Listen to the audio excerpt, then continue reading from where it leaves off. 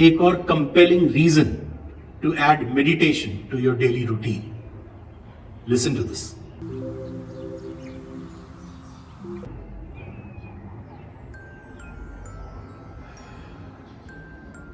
Good morning friends. Life में भाग दौड़ तो बहुत है. Problems are a part of life. If we are alive we will have to face challenges. Problems और चैलेंजेस हैं तो टेंशन और मेंटल स्ट्रेस जैसे इश्यूज भी आ सकते हैं. ये भी सच है कि हमें इन स्ट्रेसफुल सिचुएशंस को हैंडल करना आना चाहिए. We can not run away from them. अगर आप लगातार स्ट्रेस और टेंशन से लड़ रहे हैं तो आपने डेफिनेटली मेडिटेशन के बारे में जरूर सुना होगा.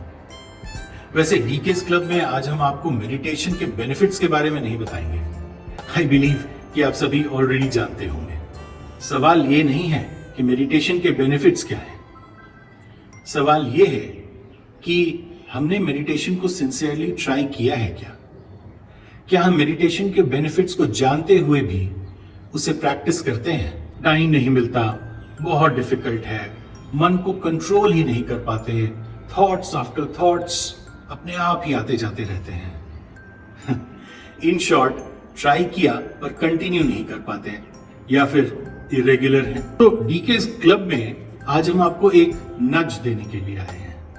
एक रिमाइंडर, एक्चुअली एक और compelling reason to add meditation to your daily routine. दोस्तों, हमारे एक मित्र हैं शांतिलाल. नाम शांति है पर उनका मन अशांत रहता है. हर वक्त टेंशन. सुबह उठते ही इन्हें अपने काम की टेंशन शुरू हो जाती है. और अगर अपने काम की टेंशन के बोझ को थोड़ी देर के लिए हटाते भी हैं तो इसलिए कि फैमिली, रिलेशनशिप्स या फिर पर्सनल फाइनेंस की टेंशन को अपने सर पे उठा सके. मन के अंदर थॉट्स की लहरें आती ही रहती हैं जैसे समंदर में तूफान. शाम तक एग्जॉस्टेड फील करते हैं. सोचते हैं कि घर वापस जाएंगे तो थोड़ा अनवाइंड करेंगे. पर क्या करें, घर पहुंचकर भी मन भाग रहा होता है. कोशिश करते हैं कि फैमिली के साथ क्वालिटी टाइम बिताएं पर वो भी नहीं हो पाता क्योंकि मन अभी भी काम की ओर भाग रहा होता है या फिर किसी और प्रॉब्लम या फिर पास्ट या फ्यूचर के बारे में सोचता रहता है. उफ, मन पर कंट्रोल ही नहीं होता. एक पल की शांति नहीं है.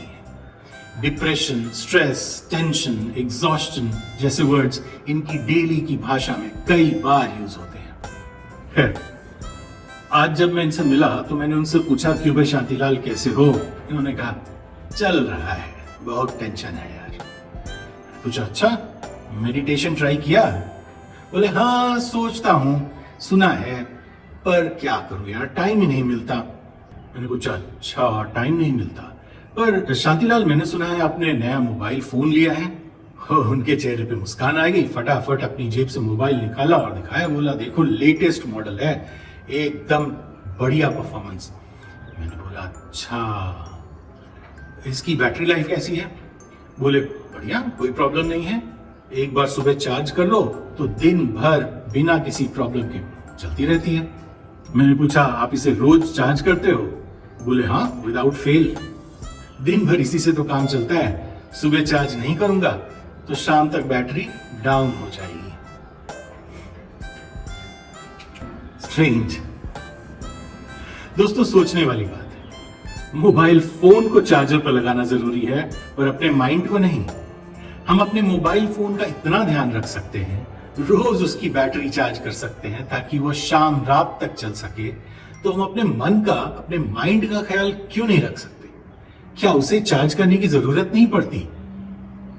Y do we take our mind for granted. एक अच्छे मोबाइल फोन के बिना हमारा काम नहीं चलता, पर क्या एक हेल्दी वेल रेस्टेड माइंड के बिना चल सकता है. क्या हमारे माइंड की बैटरी डाउन नहीं हो सकती. रही टाइम की बात तो आपने कई बार नोटिस किया होगा कि अगर हम किसी इंपॉर्टेंट काम के लिए या मीटिंग के लिए बाहर निकल रहे हैं और हमारी मोबाइल फोन की बैटरी पूरी तरह से चार्ज नहीं है तो हम 5 मिनट, सिर्फ 5 मिनट रुककर भी उसे चार्ज करते हैं ताकि हमें कोई प्रॉब्लम ना हो. ऐसा हम अपने माइंड के साथ क्यों नहीं कर सकते. अपने दिन भर के इंपॉर्टेंट कामों की शुरुआत हम अपने माइंड को चार्ज करके क्यों नहीं कर सकते. सिर्फ 5 मिनट की तो बात है दोस्तों. फ्रेंड्स, मोबाइल फोन की बैटरी रिप्लेस हो सकती है, हमारे माइंड की नहीं. दोस्तों, डीकेएस क्लब की एडवाइस है कि अपने मोबाइल फोन की तरह ही अपने माइंड को भी थोड़ी देर चार्ज करें। कुछ देर उसके प्रोसेसर को ऑफ कर दें। मन में थॉट्स की उठ रही लहरों को थोड़ी देर शांत होने दें। 5 मिनट ही सही, पर मेडिटेशन से अपने माइंड को रिचार्ज और रिफ्रेश कर लें, ताकि आपके मोबाइल की बैटरी की तरह ही आपका माइंड भी दिन भर काम पर लगा रहे। मेडिटेशन वाकई बड़े काम की चीज है, करके देखें।